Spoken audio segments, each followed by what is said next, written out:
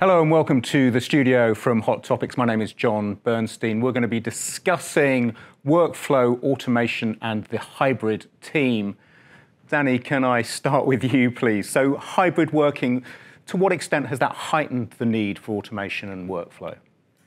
I think that hybrid working alone has created more asynchronous activity. So that's really key, is not depending on everyone being around the table at the same time and seeing and hearing what each other are doing. So there's an element of asynchronicity, if that's a real word, that is saying it's more important that how can we still have communication, whether it's approvals or core business processes that allow for the business to kind of function and have visibility on what's going on, what stage is it in, where are things traveling, so you can track things better. Whereas previously you could just rely on everyone being in the same place at the same time. It was just easier to work in that way. Very good. So an important distinction in terms of the way that we behave and the way that we act when we're in this hybrid world. It's not simultaneous, it's not synchronous, it's asynchronous. Well, I mean, actually, in part, if you're remote rather than hybrid, if you're remote, actually, you're even more available because you're there, you're on chat, you can respond really quickly.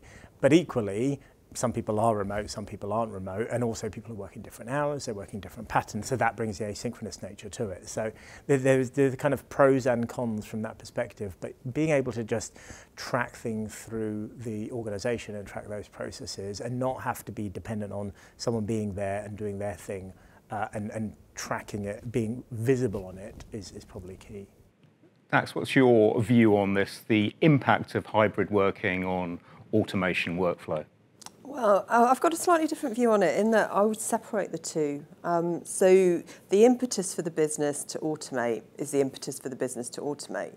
The fact that we're remote, part remote or central, that's a different conversation. So if you're at the board driving the business, you will want to automate the right parts of the business. But again, we have to bring it all back to the customer and how they want to work. So I think rather than heightening it, what it does is focus the mind on what to automate and how to automate, and almost those relationship touch points become greater, really, really important in terms of those magic moments and not automating those actually. So I would say that's one element of it. The other element of it is then if you are looking after a central automation capability, the likelihood in this day and age now is that the team is part virtual, may come together in certain periods, may not, depending on if the team's global or not. So how we automate, therefore, it's probably more the practices of those particular teams more than anything else. So just to tease that out, it's not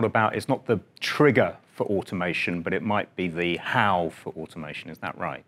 It absolutely, it's a shift in the how, but the what remains the same. Very good. Jon, a view from you about the impact of hybrid working on automation and workflow. Yeah, I tend to agree with that last point, that I think the impetus was there already. Hybrid may have heightened it a bit, but these things should be happening in our businesses anyway. I do think that what happens now with hybrid is that you've got, obviously people are distributed geographically, physically, they're not all in the same time zones and so forth, so you do need more coordination, more coordinated access, more coordinated communication, both online and offline. And you now also have content and other, collateral that we all work on collaboratively, potentially all over the place. Whereas before you might be in a room with a physical whiteboard, well, now you have to have a digital whiteboard. So starting to think about how you automate some of those things is certainly important now. But I totally agree that this was an imperative, I think, in business even prior to the pandemic, and will continue to be going forward. Jon, thanks very much. And finally, Maria, your thoughts on the impact of hybrid working on workflow and process automation?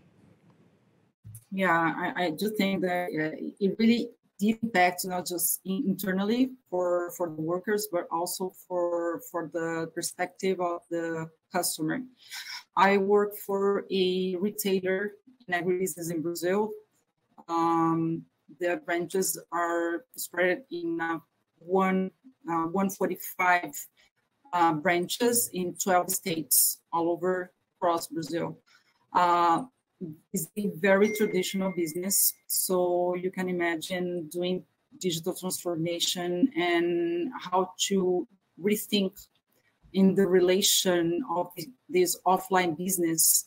Not just in Brazil, I think it happened in all countries. But the first thing is how you measure and how you communicate with your customer during the pandemic crisis. And what we see now is that the hybrid working is set. It will be, it won't leave. We are not coming again to just to the offices or to the branches. Even because the customers are not just dealing and negotiating in the branches, but also they want to communicate online. So how you measure and how you give the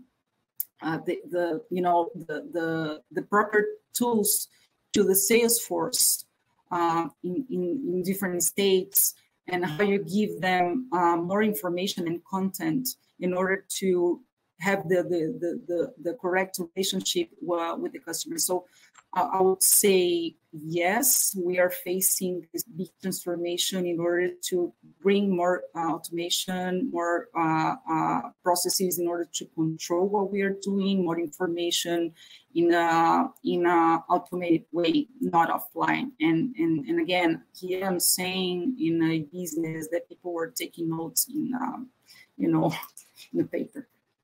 So some efficiency considerations come to light as a result of the process, and I guess how it meets hybrid working? Yeah, again, I'm going to reframe it in terms of how we look at this. So there's two ways of looking at automation. There's effectiveness and efficiency. Efficiency is clearly making things better that are already in a place. Effectiveness might be to totally redesign that process. So really, when approaching any aspect of this, it's about assessing where we are. If it's working fairly well and it's a streamlining, that's one thing. But actually, if we're going into deep strategic work around the customer, we may want to reframe that whole piece and change the way that we interact. And just to pick up on something you mentioned in your first answer, you talked about these magic moments, and maybe you want to define those just for the avoidance of doubt. But if I heard you right, it's about ring fencing those, and those probably are not appropriate for automation. Am I right? Well, it's a little bit more than ring fencing. So for me, I mean, financial services example. So if you're buying your first home, then you may want to do that in a digital way and not have any human interaction. However, that can be quite a complex transaction. So it's sometimes nice for someone to be virtually holding your hand, or in a room in person, having that conversation and really getting to your personal needs. And yes, you could have that through a robot or automate it in some way.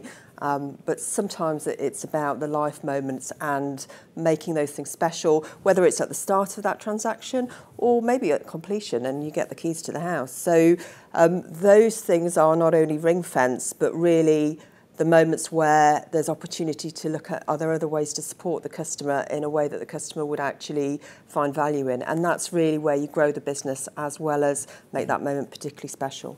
Very good, thank you. So Danny, about these efficiency considerations, something you've observed? Yeah, if you automate something, you make it more efficient.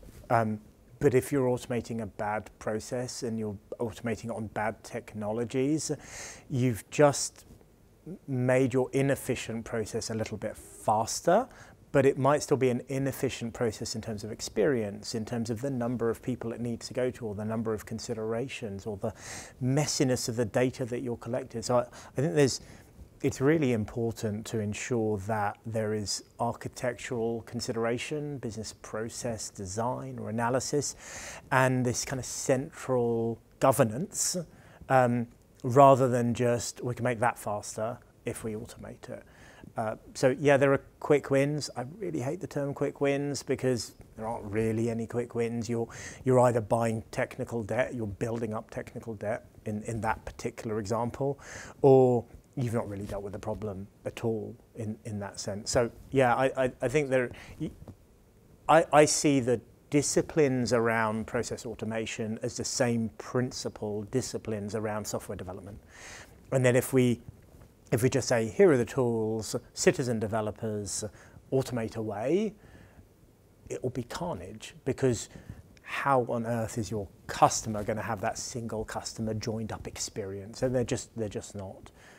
And it feels to me, if I heard you correctly, this idea of automating a bad process, it's worse than an incremental gain. So there might be an incremental gain, but actually you're missing the entire point of doing it in the first place. I think if it is being done strategic, a tactical solution to a strategic objective, if you say, I'm going to generate a certain amount of resource saving by automating this process, but this is the journey that we're on and this is where we're going to get it to, well, that's okay.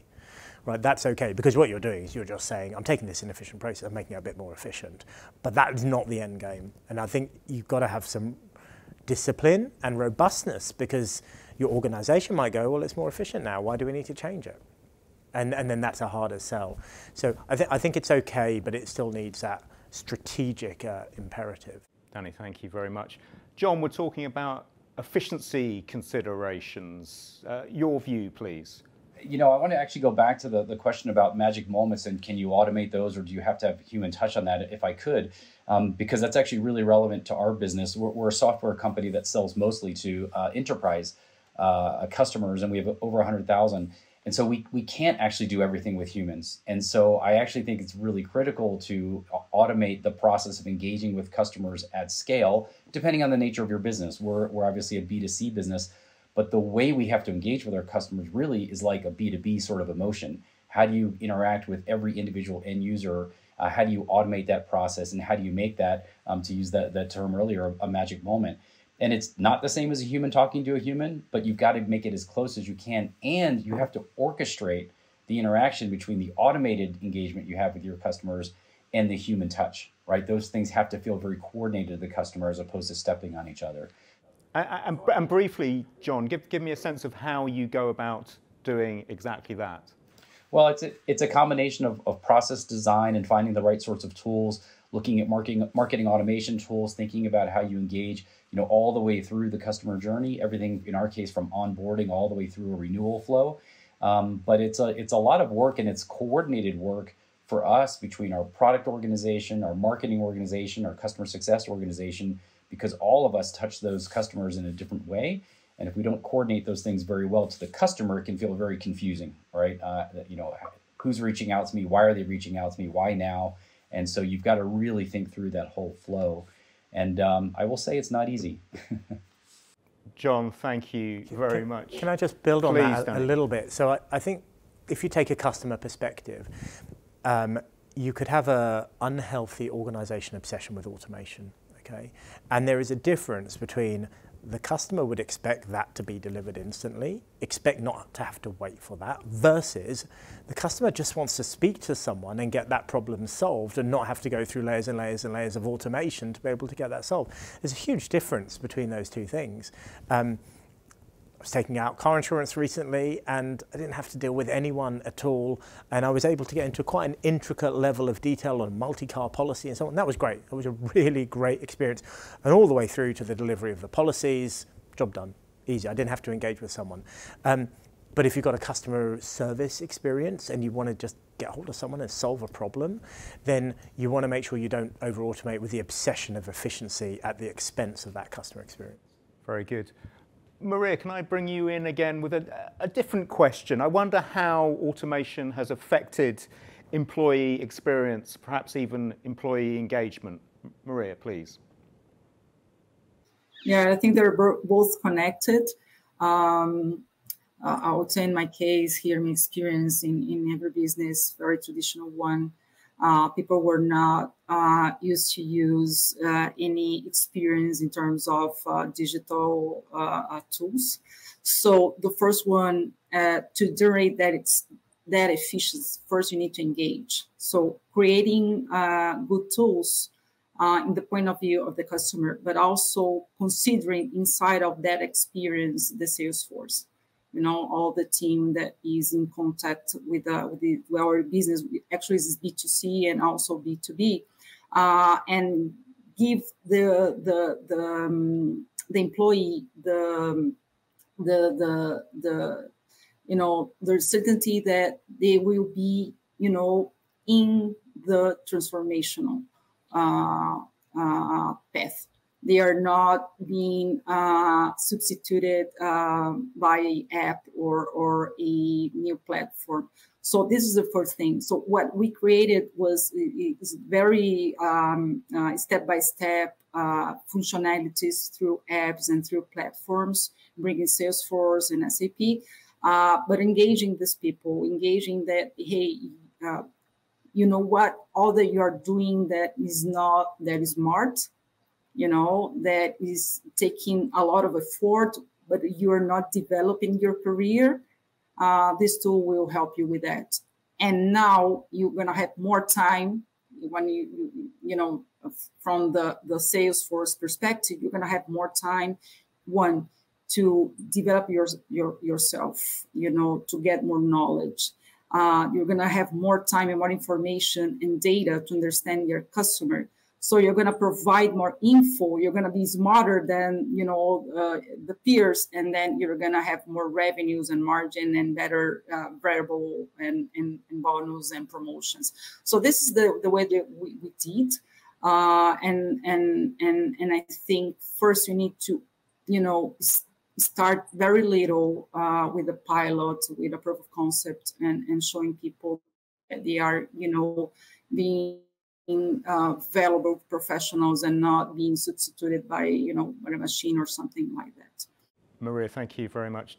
Dax, same question to you about the impact of automation on the employee experience. No, this is where it does get interesting. So, immediate term.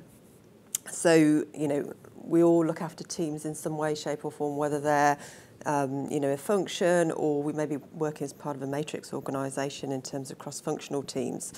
Motivating our teams in that automation capability is about equipping them, is about creating those opportunities, and is about linking them to the central purpose of the organisation very, very clearly. And that will naturally lead to you know, processes moving away. It's simplified. You can go straight through. Straight through processing is very much the norm in financial services in certain areas. So that then also then, you know, you've got to look at that longer term. So you're then looking at the next skills gap and where you actually deploy people next, how that's going to fit with the footprint of the business. So there's a whole piece there around career paths which opens up.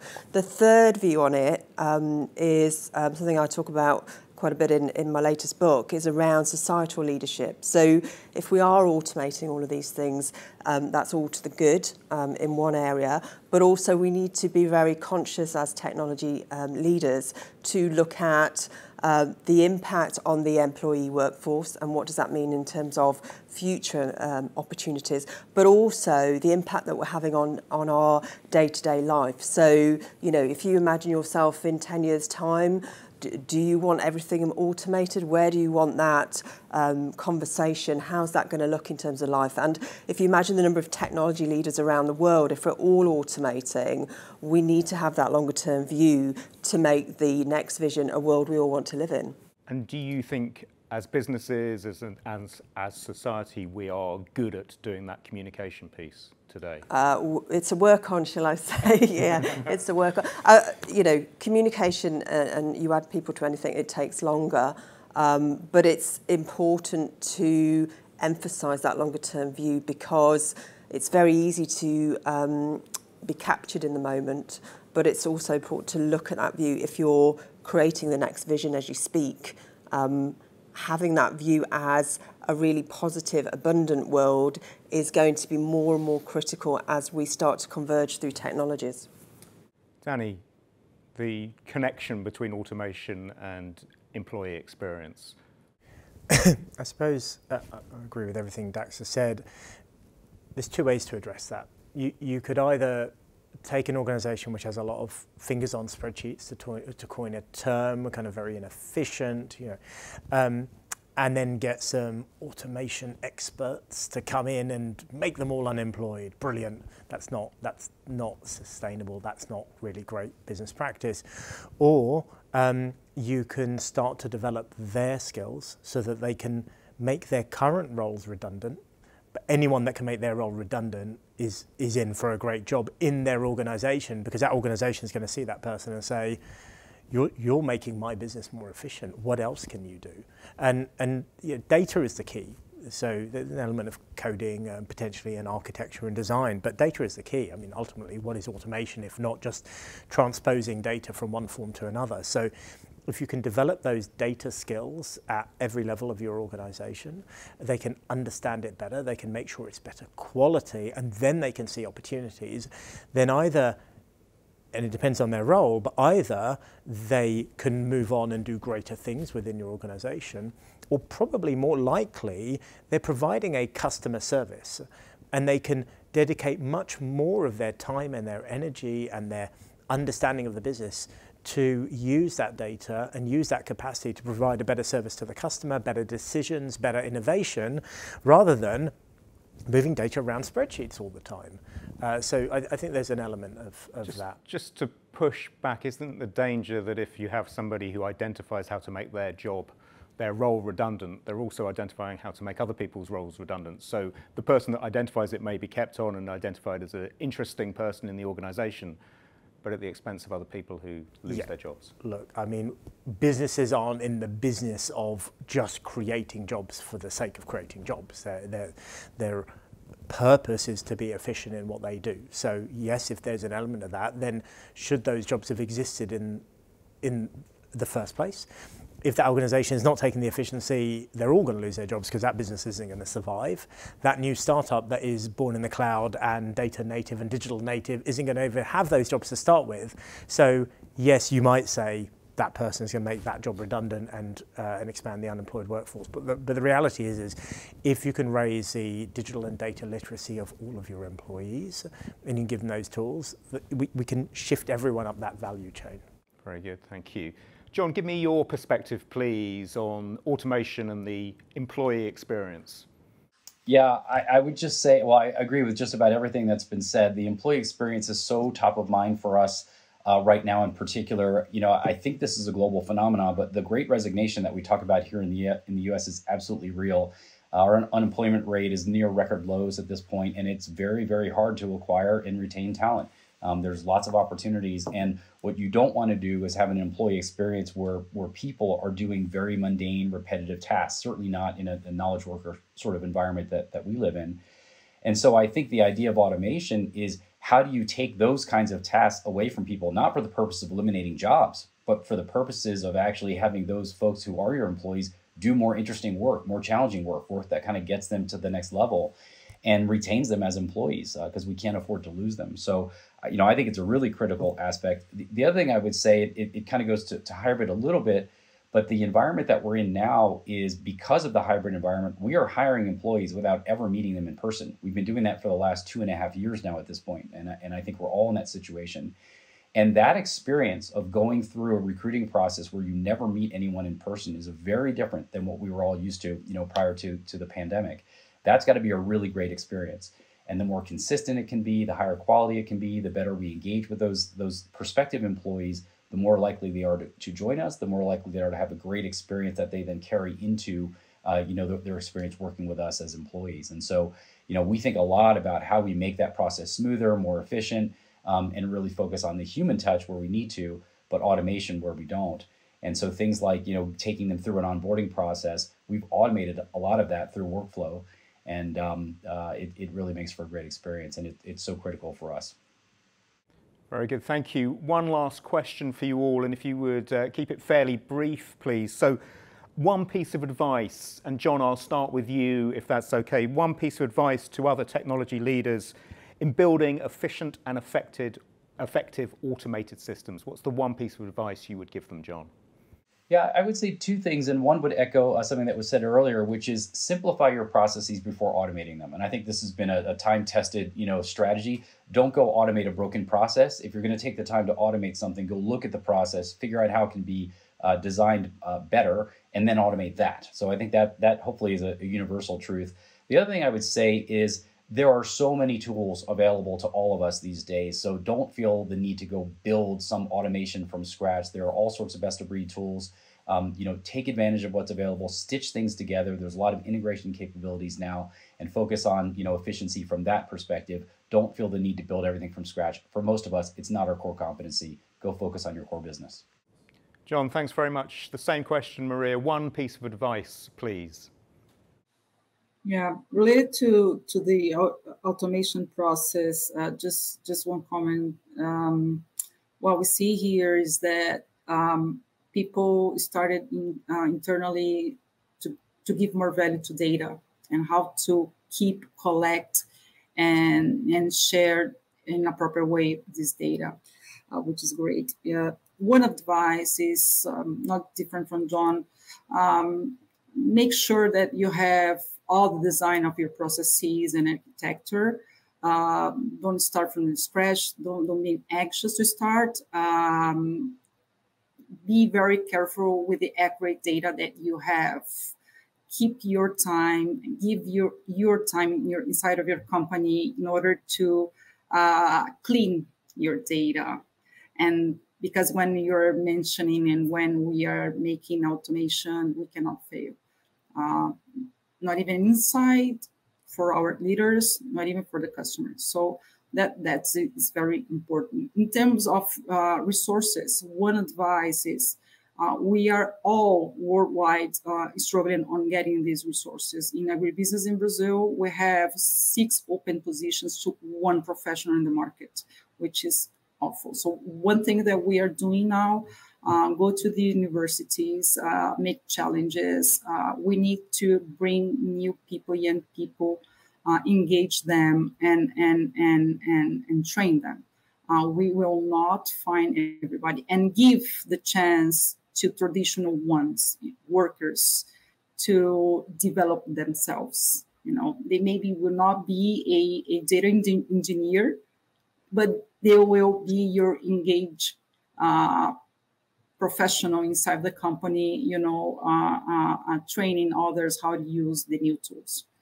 Very good. Thank you, Maria. Danny, the same question. A piece of advice, please. My single piece of advice would be architect it with the customer in mind. Really think about the customer experience, the customer journey.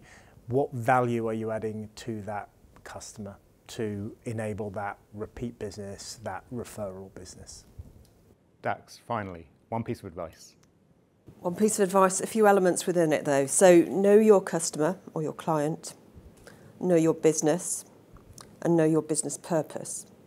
And therefore, when you do automate, focus on the relationships within that business, and then you'll automate with impact and you'll stand out in the marketplace. Very good. Dax, Danny, Maria, and Jon, thank you all very much. Thank you all for watching.